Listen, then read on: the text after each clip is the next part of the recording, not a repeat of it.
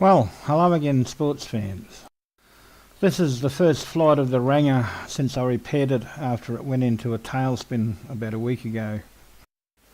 I had no idea what caused it at the time, but the post-mortem showed that the 5-volt regulator I was using had decided to give up the ghost, so there was no power to the receiver or to the servos.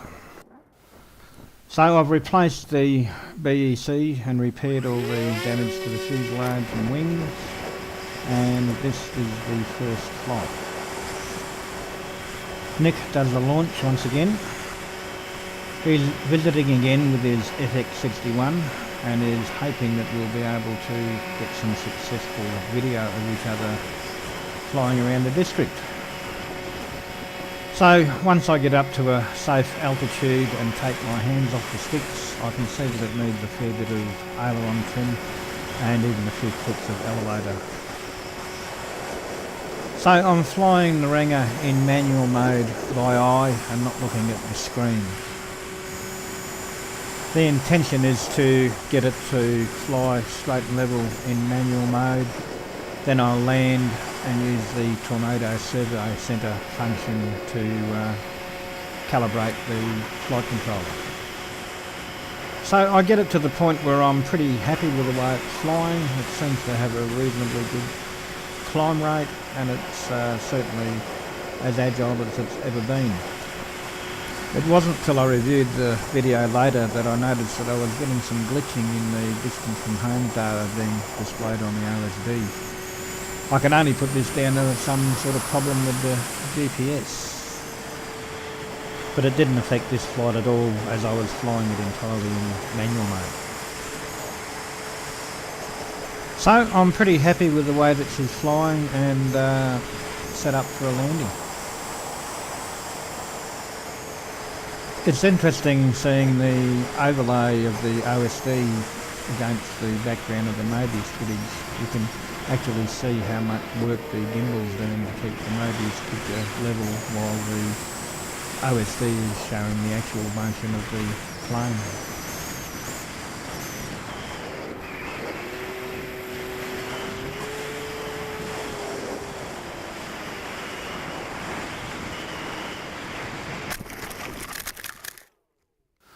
So she's down safely. I wander out and pick her up and take her back to the base station to recenter the servos on the flight controller.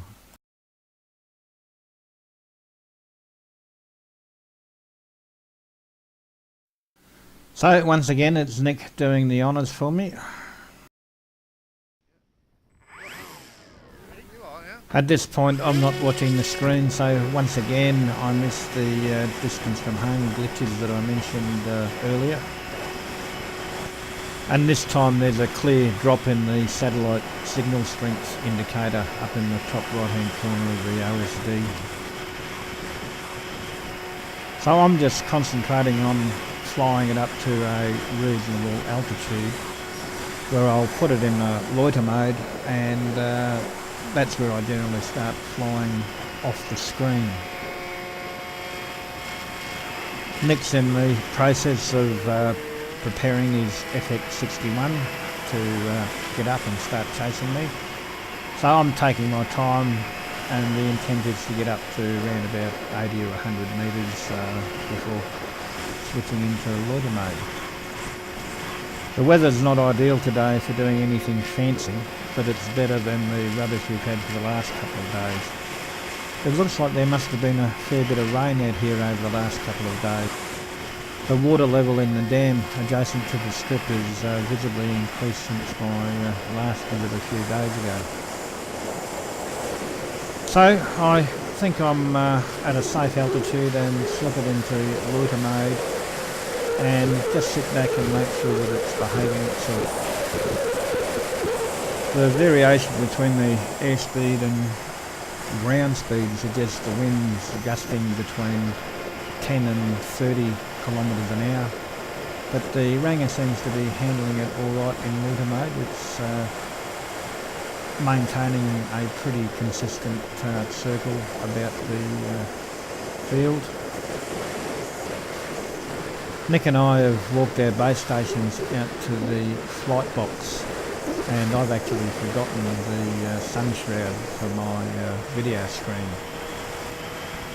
It is making it more difficult to see the screen clearly, so I decide, since the Ranger is doing a nice steady loiter, that I'll just wander back to the pits and pick it up. I take the transmitter with me, and I'm obviously keeping an eye on the plane as it circles overhead, but I'm not seeing any real problem with the way that she's flying at all. Meanwhile, Nick continues to get his FX61 in order in anticipation of our tandem tour of the area. So I have no trouble locating the sun shroud, and I'm on my way back to the box, keeping an eye on the plane, and everything seems to be going perfectly fine.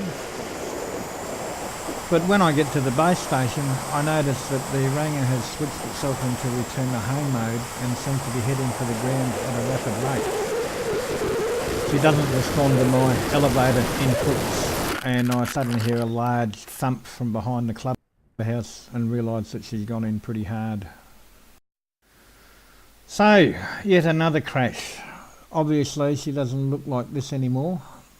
She's minus the tail feathers, and the good wing is now busted in half. Even the very tough plastic fuselage has suffered some severe creasing in the nose, and the air vents have split where they were dug into the ground. I have absolutely no idea why it switched itself into return to home mode, though once it had, I'm assuming that the GPS glitches were the reason why it wasn't able to maintain altitude and went in. I've since reconnected all of the components and powered her up, and everything came online absolutely fine. I can't see a problem with either the flight controller or the GPS, at least on the bench. Regardless of the cause, I think that this has been the last flight of this particular Ranger.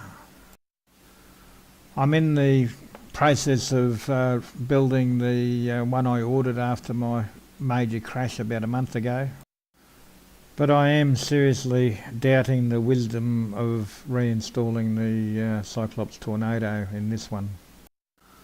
I think I'll try the Matic F405 wing flight controller.